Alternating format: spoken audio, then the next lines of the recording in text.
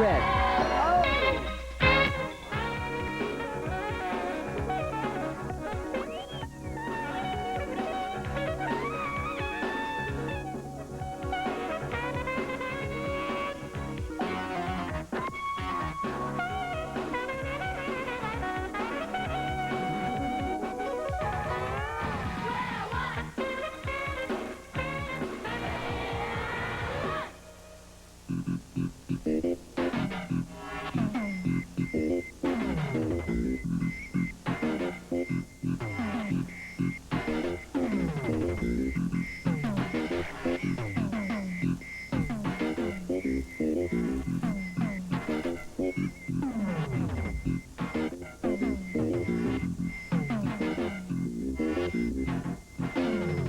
What'd they just do? Oh, they found the perimeter. The what? The perimeter. They just found it. Oops is brought to you by Erasers. Don't make a mistake without one. On February 4th, 1968, Ferdinand Thubble was putting the finishing touches to a project he had been working at for years. At approximately 3:13.6 p.m. that afternoon, he made a simple mistake while figuring the perimeter of a rectangle.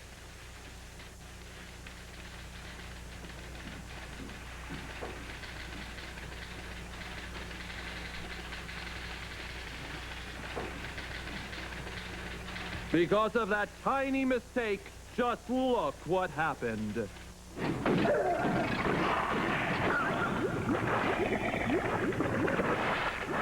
Like, oops, man. That's only half of it. Let's look at that again.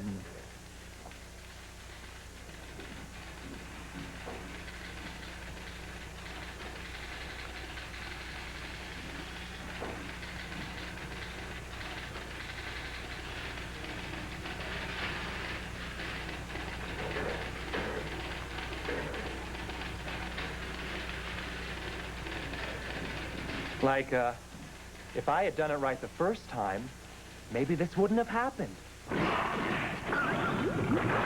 Oops was brought to you by Erasers. Don't make a mistake without one.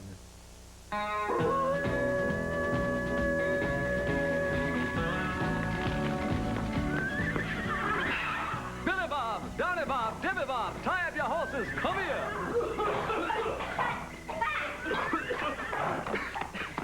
Remind me to vacuum you when we get home. What are we stopping for, Pop? Now, I want you to listen and listen tight. I just bought me 5 head of cattle. What do you think of that? I think it's great. I'll be right back, Pop. Where you going, son? To town to buy 5 hats. Hold on now. We gotta build a corral for these critters. Aw, gee, Pop, how big? Well, that's what we gotta figure out.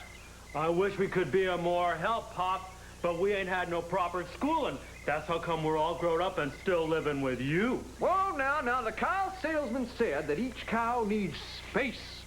How much space does each cow need? The man said each cow needs 20 square yards of space. Oh, now wait. How many cows did you buy, Pop? 5. Oh, maybe you should have bought us a dog. Okay, let's see here. To figure out how much space we need, if each cow needs 20 square yards of space, and we got us 5 cows, that's 5 times 20. That's 100 square yards. Right. But what we need is a fence. Now, is that right? Each cow needs 20 square yards, so...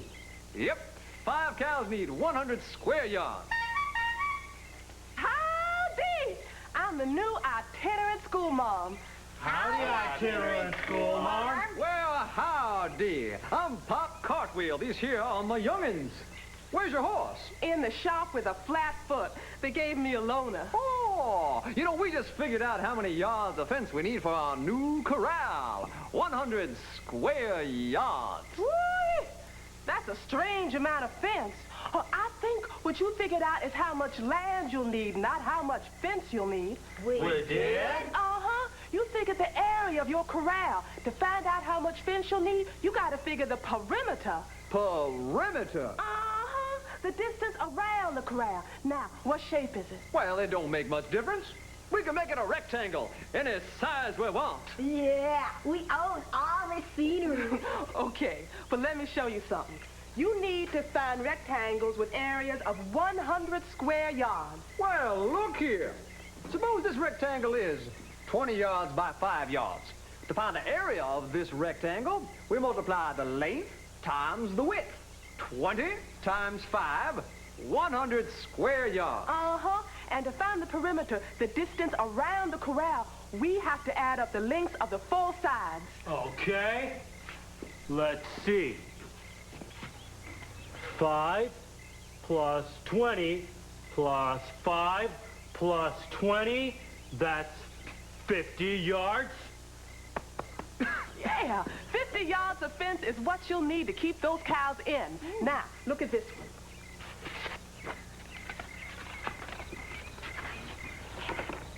Well, let's see. This one is, 50 yards by 2 yards. What's the area? I know. You multiply the length times the width. So that's 50 times 2. That's 100 square yards. That's the area we need. Yeah. Now, figure out how much fence we'll need, Pop. Oh, you mean find the perimeter. Okay. I add the lengths of the four sides. 50 plus 2 plus 50 plus 2. That's 104 yards of fence. Well, that's a lot more than this one, so it would cost more. Yeah, now, figure this one. Okay. Let's see. To find the area, we multiply the length times the width. That's 10 times 10. That's 100 square yards. It's the same area. Yeah, and the perimeter is... 4 tens. That's 40 yards. Well, that's the smallest amount so far. That's what I'll buy. 40 yards of fence. Minus 5 yards for the gate. Right. 35 yards of fence. Well, school mom, thanks for dropping in and helping us out. You, care to stay for supper? Oh, well, I don't know. Ain't you hungry? You like fast food? Uh-huh, what you having? Jackrabbit.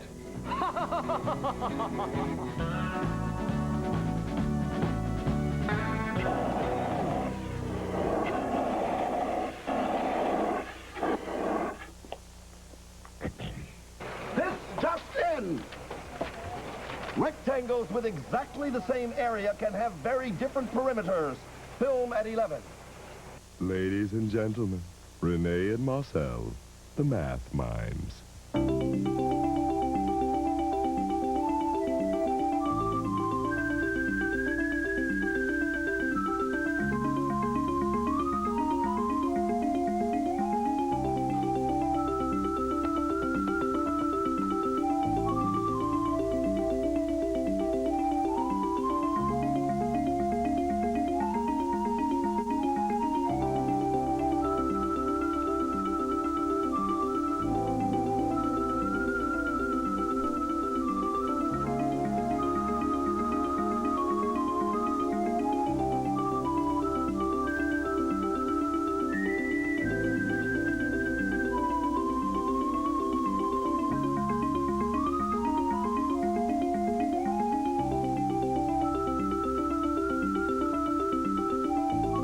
Renee, have you noticed that even though the length of the rope is the same, the area of the rectangle keeps changing? Sorry.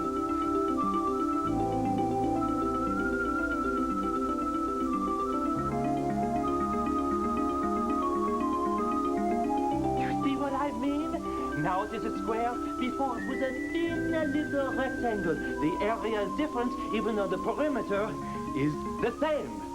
Marcel, Yes? stop your yapping. Oh, come on, Renee. Don't tell me you do not find that a little bit interesting. Marcel, Yes. I find it very fascinating that the same length of rope can form so many rectangles, each with the same perimeter. And each with a different area. But we are mimes. We do not go blabbing around during performances. Oh, come on, Renee. Where is your joie de vivre, your savoir-faire, your je ne sais quoi? Sometimes you just make me laugh. I remember once in Trieste, opposite me. Then I wanted to sing a few bars of Oklahoma, and you would not let me. Marcel, you said, we are mimes, we are not Frank Sinatra. Well, I say, ha! And again, I say,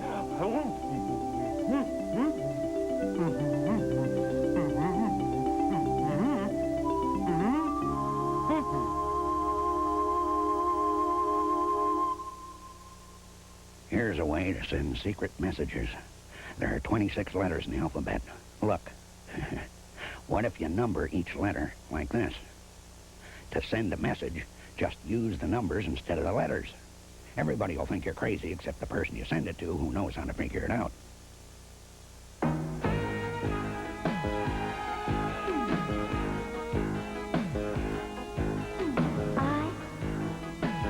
am the neighborhood super spy.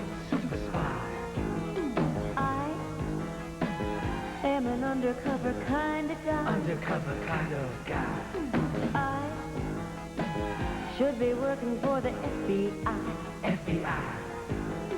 I am the neighborhood super spy. Super spy. I can send a secret message that you can't figure out. If you don't have my secret code, you won't know what I'm talking about.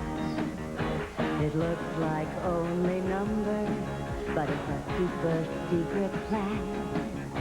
If you don't know my personal code, you'll never understand. Write out the alphabet A to Z, and underneath that you write 1, 2, 3. Instead of writing SPY, write 19, 16, 25. Then when your friend sees the 19, yes, she checks the code and translates S. The 16 is P, the 25 is Y. The secret word is SPY. I am the neighborhood super spy. I am an undercover kind of guy. Undercover kind of guy. I should be working for the FBI. FBI. I am the neighborhood super spy. Super spy. You don't have to start with the number 1. I only want to show you how it's done. As a matter of fact, if 1 is A, everyone knows it, it's no fun to play. So, for example, you could make the A a 10. When you get to the R, you start with 1 again. Then spy would start with 2, that's great. P is 25 and Y is 8. I am the neighborhood super spy. Super spy. I am an undercover kind of guy. Undercover kind of guy. I should be working for the FBI. FBI. I am the neighborhood super spy. Super spy. Choose a number for the A, any one of many picks. Keep adding 1 till you get to 26. Start again with 1 and stop when you see the last of the alphabet, the letter Z. All you need to know is the number for the A. You're ready to send a message away. You can send secret messages to and fro, just like a real spy, just like a real pro. I am the neighborhood super spy. Super spy. I am an undercover kind of guy. Undercover kind of guy. I should be working for the FBI. FBI. I am the neighborhood super spy. Super spy. I am the neighborhood super spy. Super spy. I am the neighborhood super spy. Super spy. Did you see how that neighborhood super spy used codes? You can too. Leave this one for your mother. I want dessert. Well, the x-rays are in and we can see some of the problems resulting from your accident. There are 2 tessellating congruent triangles who share the same hypotenuse. And here we have some equiangular hexagonal matter, which appears to resemble a hexaemond. And finally, there's a definite radial incision in the circle. My diagnosis is you have a compound fracture of the sculpture, and you'll never play the piano again. And now it's time for one of America's newest game shows, But Who's Adding? And here is the host who loves numbers the most, Larry Cedar. Hello there, how you doing? Welcome, everybody, and out there in Additionland, welcome to But Who's Adding? Let's bring up our first two contestants and get going here. Now, give them a big hand. Here they are. Playing blue today is? Laura. Laura, how you feeling today? Good. You ready to do some good adding? Yep. All right. And playing red today is? Freddie. Freddie, how you doing? Fine. All right, it's going to be a tough game, huh? You ready? All right, let's turn around and take out the rules of the game. This is the big board up here. Now, the object of the game is to cover 3 squares in a row with your color, either horizontally, vertically, or diagonally. Now, the numbers on the big board represent the sum you get when you add 2 numbers from the add-in board together. For example, if there's a ring on the 4 and there's a ring on the 5, you can cover a 9. There it goes, just like that. Now, the player who goes first gets to move both rings and announce his or her score. After that, the next player moves their color ring only anywhere on the add-in board. Now, you have 10 seconds to move your ring and call out your answer. If you don't do it in 10 seconds, you'll hear this. Means you ran out of time. If you call out the wrong sum, or you call out a sum that's already been covered on the board, you'll hear this. Means you made a mistake. Now, if you run out of time or make one of those mistakes, you'll lose your turn and your opponent gets to move both rings. Now, the first player to win 2 rounds wins the game. Red goes first. You guys excited? Here we go. And cheer them on, folks. Red, go. 11 red. 14 blue. 12 red. 7 blue.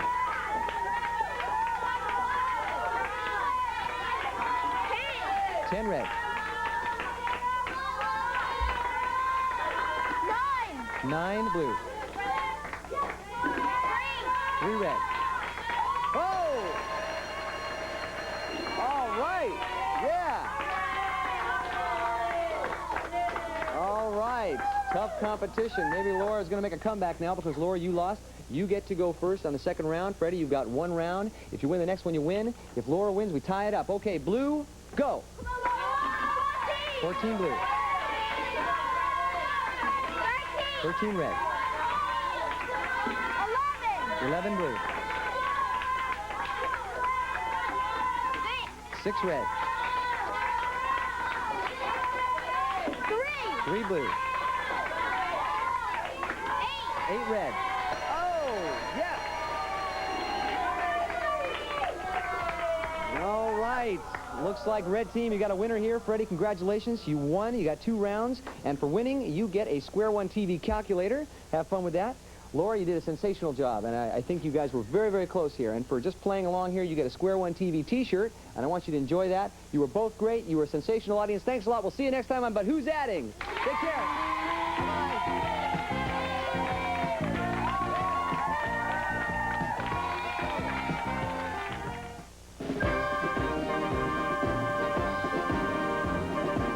The story you are about to see is a fib, but it's short. The names are made up, but the problems are real. It was Tuesday, 9:43 a.m. Commuter traffic on Highland Avenue was as close as a stack of spoons due to an overturned truck of pre-sweetened cereal at the Hollywood Bowl. We were working the day watch out of Mathnet. My partner, George Franklin, is under arrest. The boss is Thad Green. My name is Monday. I'm a mathematician.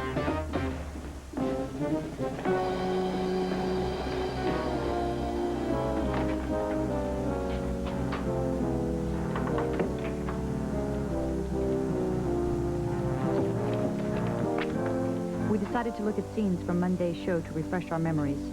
Do we have to? While George was on vacation in the Great North Woods, there was a robbery of a bank in Los Angeles. The videotape from the bank contained a surprise, an unpleasant surprise. Keep your hands on the counter, stay away from the alarm, and give me all your money. I have a bump. Bump. Bomb. Not only did the evidence from the tape look bad, but also the $250,000 showed up as a deposit in George's account. Mr. Ratzeller, the bank manager, said, It seems you've made a rather large deposit at our Tujunga branch. No, I didn't. Oh, yes, you did. Last Friday at 12:15 p.m., you deposited $250,000 cash in your account. Do you have any logical explanation, George? Uh-huh. What is it? I must have done it.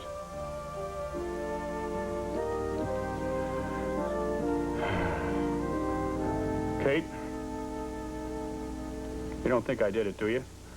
Rob the bank, I mean? No, of course I don't, George. Good. Let's go to lunch.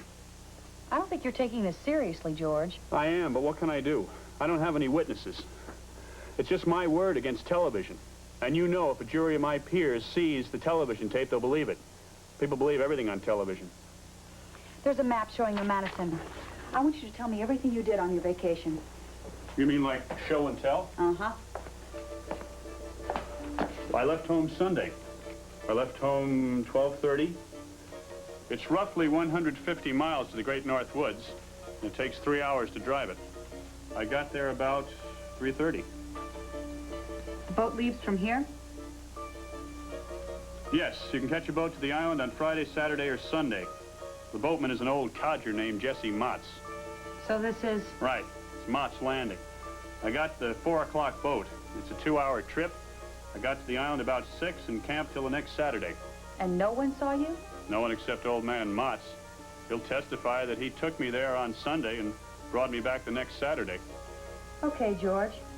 But what if you came back on Friday? But I didn't. I know, but just what if? When is the earliest you could have come back? 10:30 in the morning. You sure?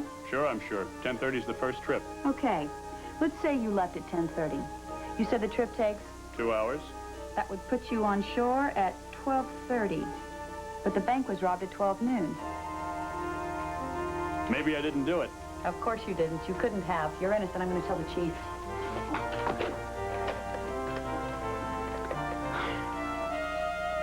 Chief, it's Monday. I've got great news. Unless, of course, I took the seaplane. Seaplane? I'll talk to you later, sir. What seaplane? I forgot about the guy who has the charter business up there. It's the other way to get to the island. Know the name of the outfit? Fishmonger Airlines.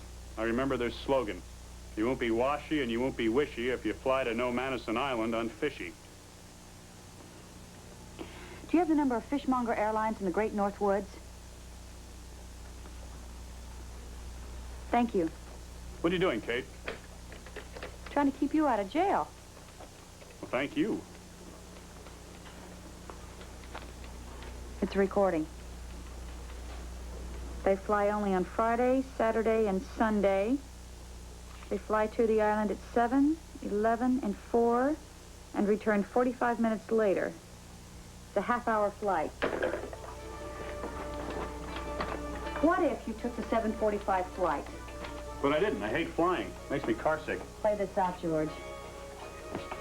It's a half-hour flight that would put you on shore at 8:15. It takes 3 hours to drive to L.A. That would put you here at 11:15. You could have done it, George. You could have robbed the bank, made the deposit, and driven back up there for the 4 o'clock flight back to the island. But... I know. We've got to get a hold of that pilot. He'll prove you weren't on the plane. But you can't reach him until Friday. Monday.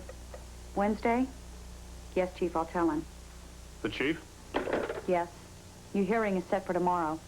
Boy, justice really does move swiftly around here. That doesn't give us much time to prepare for your case. Maybe if I throw myself on the mercy of the court? There must be some other way of proving you weren't in L.A. on Friday.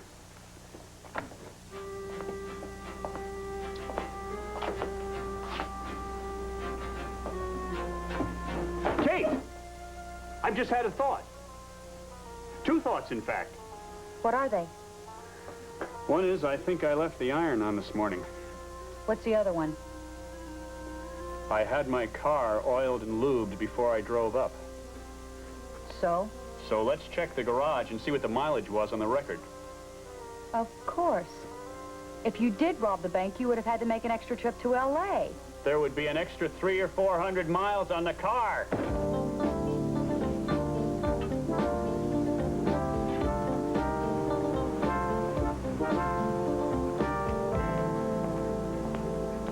This is my mechanic, Krusty.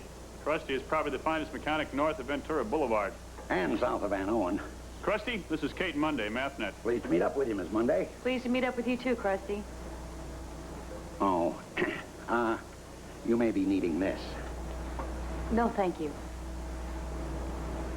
What can I do for you, George? What's wrong with the car now? Not a thing, Krusty. She's running like a top. Mean she, still spins out? She? What's the difference between a boy car and a girl car? Girl cars tend to live longer. Krusty, can you look in your records and check the mileage last time you worked on her? Oh, sure thing, George. Glad to. Walk this way.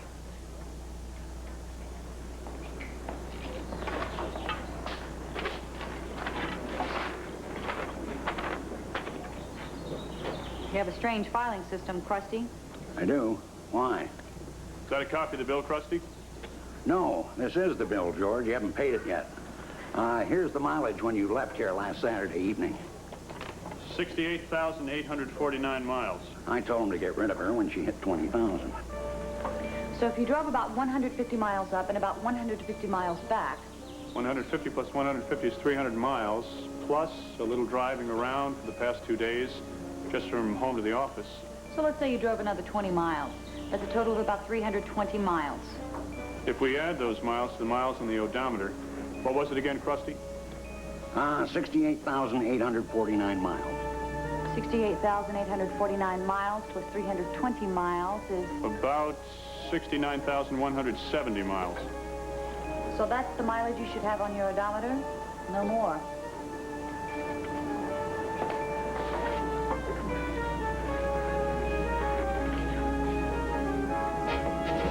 $69,480. That's more than 300 miles too much. I could have driven up and back twice.